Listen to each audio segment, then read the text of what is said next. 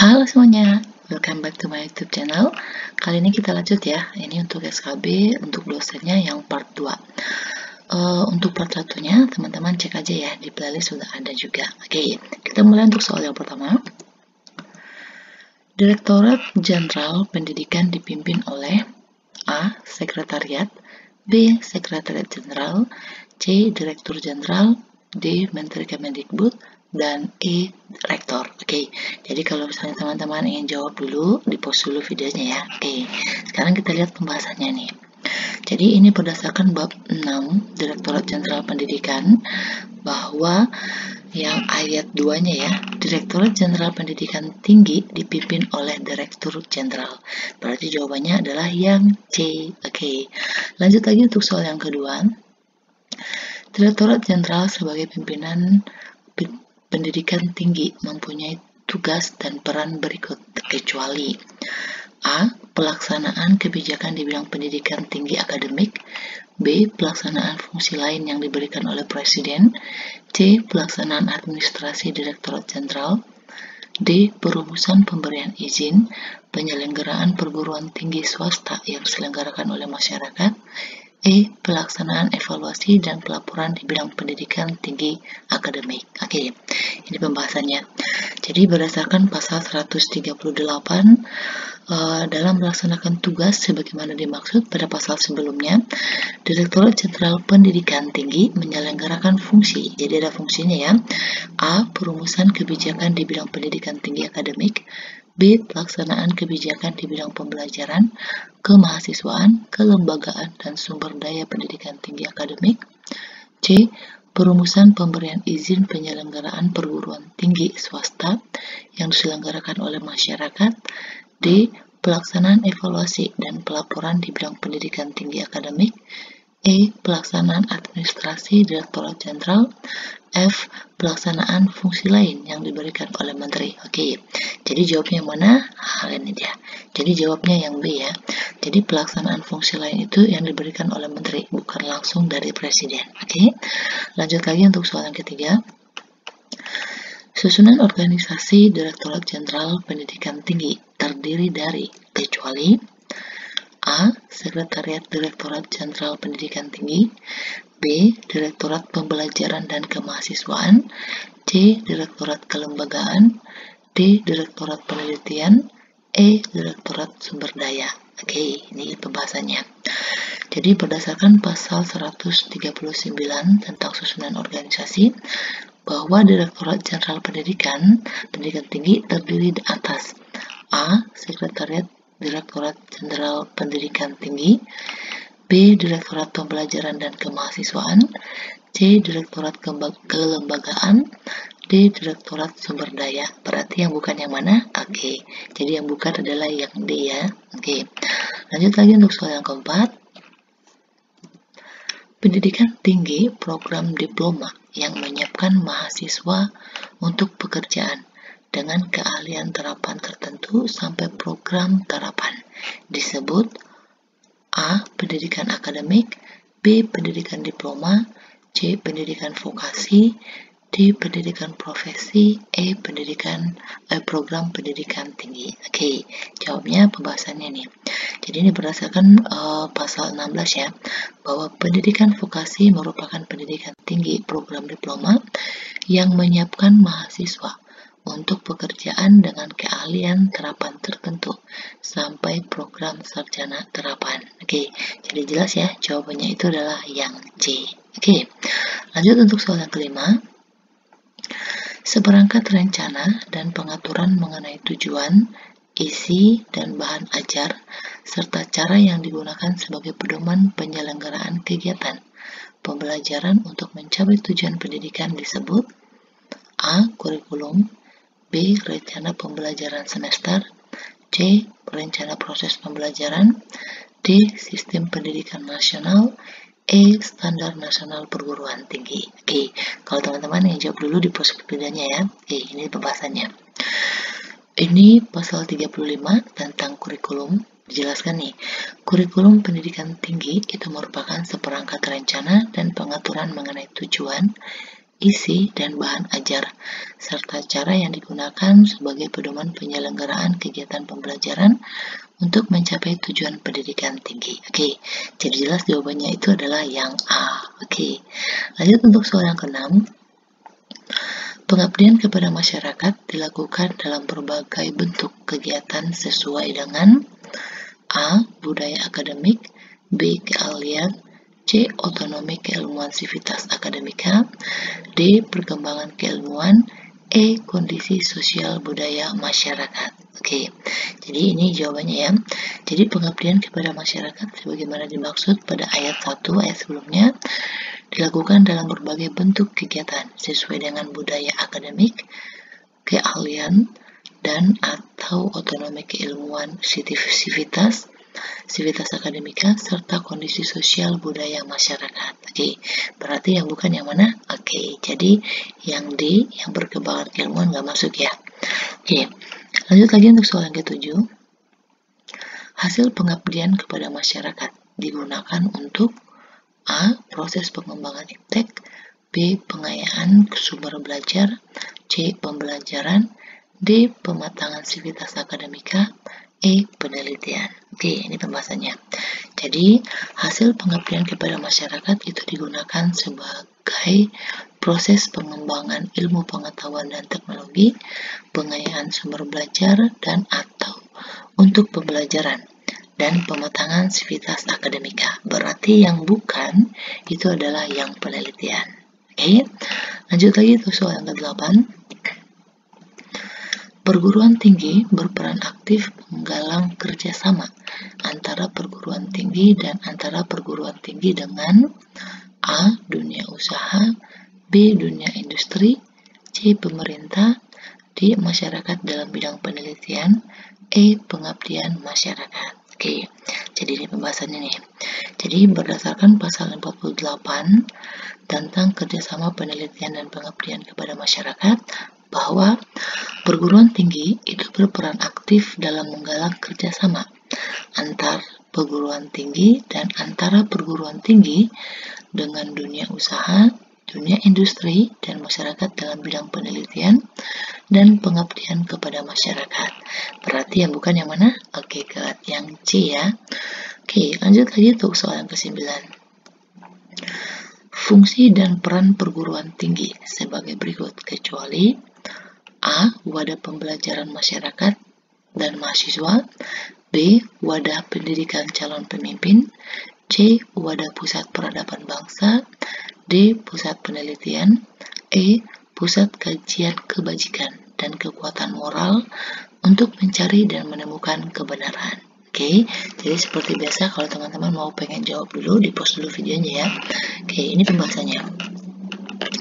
Jadi berdasarkan pasal 58 tentang fungsi dan peran perguruan tinggi, nih, perguruan tinggi melaksanakan fungsi dan perannya sebagai yang pertama, wadah pembelajaran mahasiswa dan masyarakat, B. Wadah pendidikan calon pemimpin bangsa, C. Pusat pengembangan ilmu pengetahuan dan teknologi, D. Pusat kajian kebajikan dan kekuatan moral untuk mencari dan menemukan kebenaran, E. Pusat pengembangan peradaban bangsa. Oke, jadi yang bukan itu adalah yang D. Oke, jadi bukan untuk pusat penelitian. Oke, lanjut lagi untuk soal yang ke-10. Otonomi pengelolaan perguruan tinggi dilaksanakan berdasarkan prinsip A. Nirlaba, B. Efektivitas dan efisiensi, C. Akuntabilitas, D. Transparansi, dan E. Profesionalisme. Oke, pembahasannya nih. Jadi dalam pasal 63, otonomi pengelolaan perguruan tinggi itu dilaksanakan berdasarkan prinsip A. Akuntabilitas, B. Transparansi, C. Nirlaba, D. Penjaminan mutu, dan E. Efektivitas dan efisiensi. Jadi yang bukan itu adalah yang E. Jadi profesionalisme tidak termasuk ya dalam otonomi pengelolaan perguruan tinggi. Oke, lanjut lagi untuk soal yang ke-11. Otonomi pengelolaan di bidang non-akademik memiliki penetapan norma dan kebijakan operasional serta pelaksanaan pelaksanaan sebagai berikut, kecuali A. Organisasi, B. Administrasi, C. Keuangan, D. Ketenagaan, dan E. Sarana prasarana. Oke, ini dia pembahasannya. Jadi, otonomi pengelolaan di bidang non-akademik sebagaimana dimaksud pada ayat 1 meliputi penetapan norma dan kebijakan operasional serta pelaksanaan A. Organisasi, B. Keuangan, C. Kemahasiswaan, D. Ketenagaan, dan F. Sarana prasarana. Jadi yang bukan otonomi pengelolaan di bidang non-akademik itu adalah yang B. Oke, jadi nggak termasuk ke dalam administrasi. Oke, lanjut lagi untuk soal yang ke-12. Warga negara asing itu dapat diterima menjadi mahasiswa pada perguruan tinggi dengan wajib memenuhi persyaratan sebagai berikut, kecuali A. Kualifikasi akademik, B. Program studi, C. Jurusan, D. Jumlah mahasiswa, dan E. Lokasi perguruan tinggi. Oke, ini jawabnya. Jadi berdasarkan pasal 75, di ayat 1 dikatakan ya, bahwa warga negara asing dapat diterima menjadi mahasiswa pada perguruan tinggi. Sedangkan syaratnya ada di ayat 2, yaitu penerimaan mahasiswa warga negara asing sebagaimana dimaksud pada ayat 1 harus memenuhi persyaratan A. Kualifikasi akademik, B. Program studi, C. Jumlah mahasiswa, dan D. Lokasi perguruan tinggi. Oke, berarti yang bukan persyaratannya itu adalah yang C, jurusan ya. Oke, lanjut lagi untuk soal yang ke-13. Penilaian proses dan hasil belajar mahasiswa mencakup A. Prinsip penilaian, B. Teknik dan instrumen penilaian, C. Kelulusan mahasiswa, D. Pelaporan penilaian, E. Tingkat penguasaan. Oke, pembahasannya ini.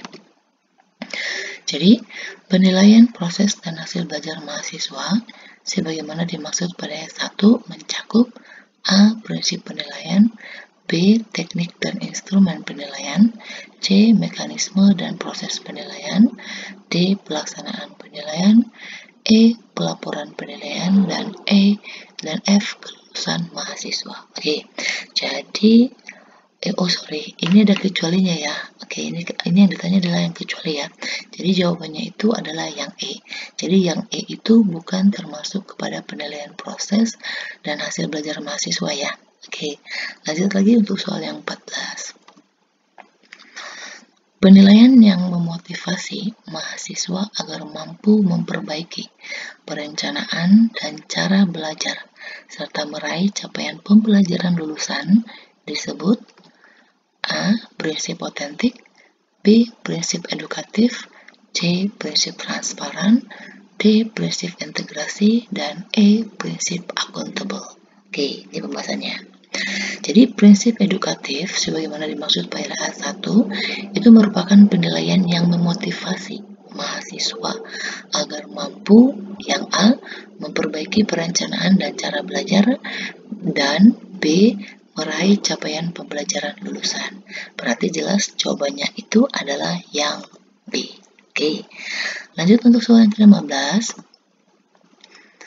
Penilaian yang dilaksanakan sesuai dengan prosedur dan kriteria yang jelas disepakati pada awal kuliah dan dipahami oleh mahasiswa disebut A. Prinsip otentik, B. Prinsip edukatif, C. Prinsip transparan, D. Prinsip integrasi, dan E. Prinsip accountable. Jadi ini penjelasannya.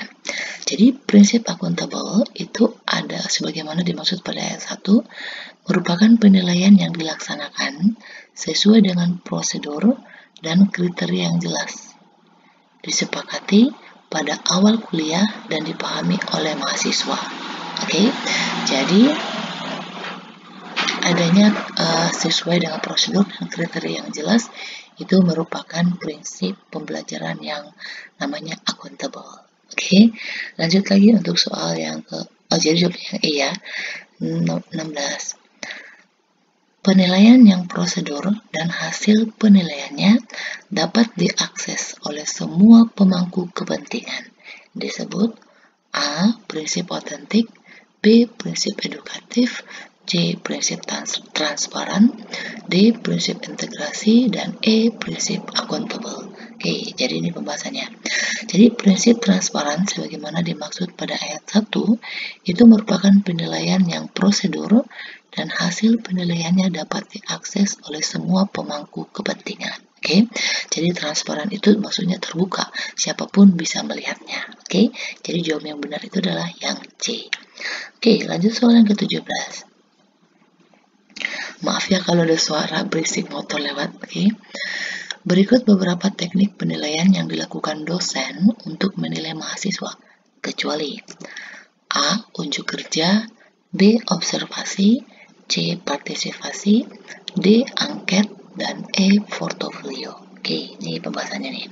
Jadi berdasarkan pasal 23, teknik penilaian sebagaimana dimaksud pada pasal 21 ayat 2 huruf B terdiri atas observasi, partisipasi, unjuk kerja, tertulis, tes lisan, dan angket. Berarti yang bukan itu adalah yang E. Jadi portofolio nggak masuk ya ke dalam teknik penilaian yang dilakukan oleh dosen untuk menilai mahasiswa. Oke, lanjut soal yang ke-18. Berikut mekanisme penilaian mahasiswa, kecuali A. Menyusun, menyampaikan, tahap, teknik, instrumen, kriteria, indikator, dan bobot penilaian antara penilai dan yang dinilai sesuai dengan rencana pembelajaran. B. Melaksanakan proses penilaian sesuai dengan tahap, teknik, instrumen, kriteria, indikator, dan bobot penilaian yang memuat prinsip penilaian. C. Memberikan umpan balik dan kesempatan untuk mempertanyakan hasil penilaian kepada masyarakat. Oke, maaf anjingnya. Oke. D. Mendokumentasikan penilaian dan hasil belajar mahasiswa secara objektif dan edukatif. E.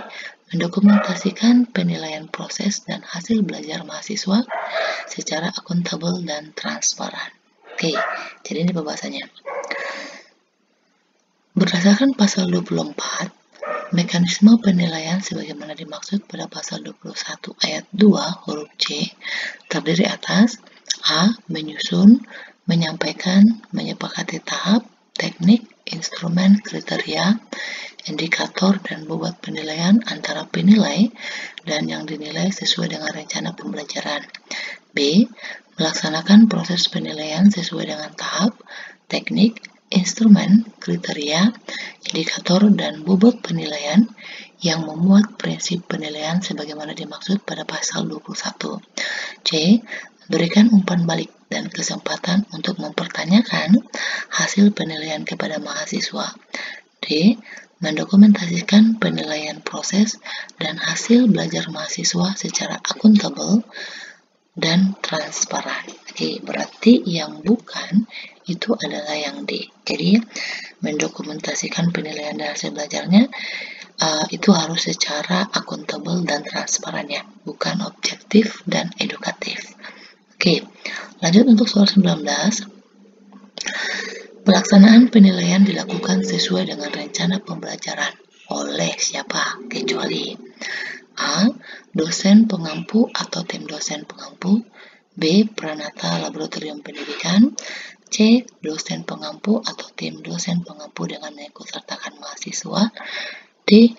Dosen pengampu atau tim dosen pengampu dengan mengikutsertakan pemangku kepentingan yang relevan. Oke, jadi jawabnya.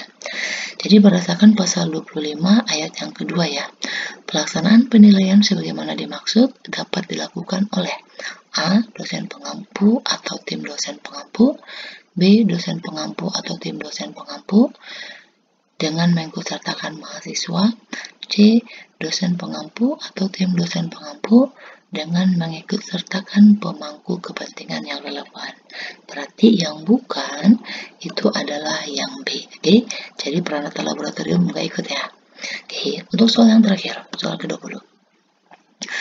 Standar pengelolaan pembelajaran harus mengacu pada standar kecuali A. Standar kompetensi lulusan, B. Standar isi pembelajaran, C. Standar sarana dan prasarana.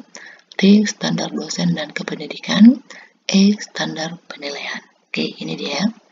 Jadi, standar pengelolaan pembelajaran sebagaimana dimaksud pada ayat 1 harus mengacu kepada standar kompetensi lulusan, standar isi pembelajaran, standar proses pembelajaran, standar dosen dan tenaga kependidikan, serta standar sarana dan prasarana pembelajaran. Berarti yang bukan itu adalah yang E. Jadi standar penilaian nggak masuk ya ke dalam standar pengelolaan pembelajaran. Oke, demikian.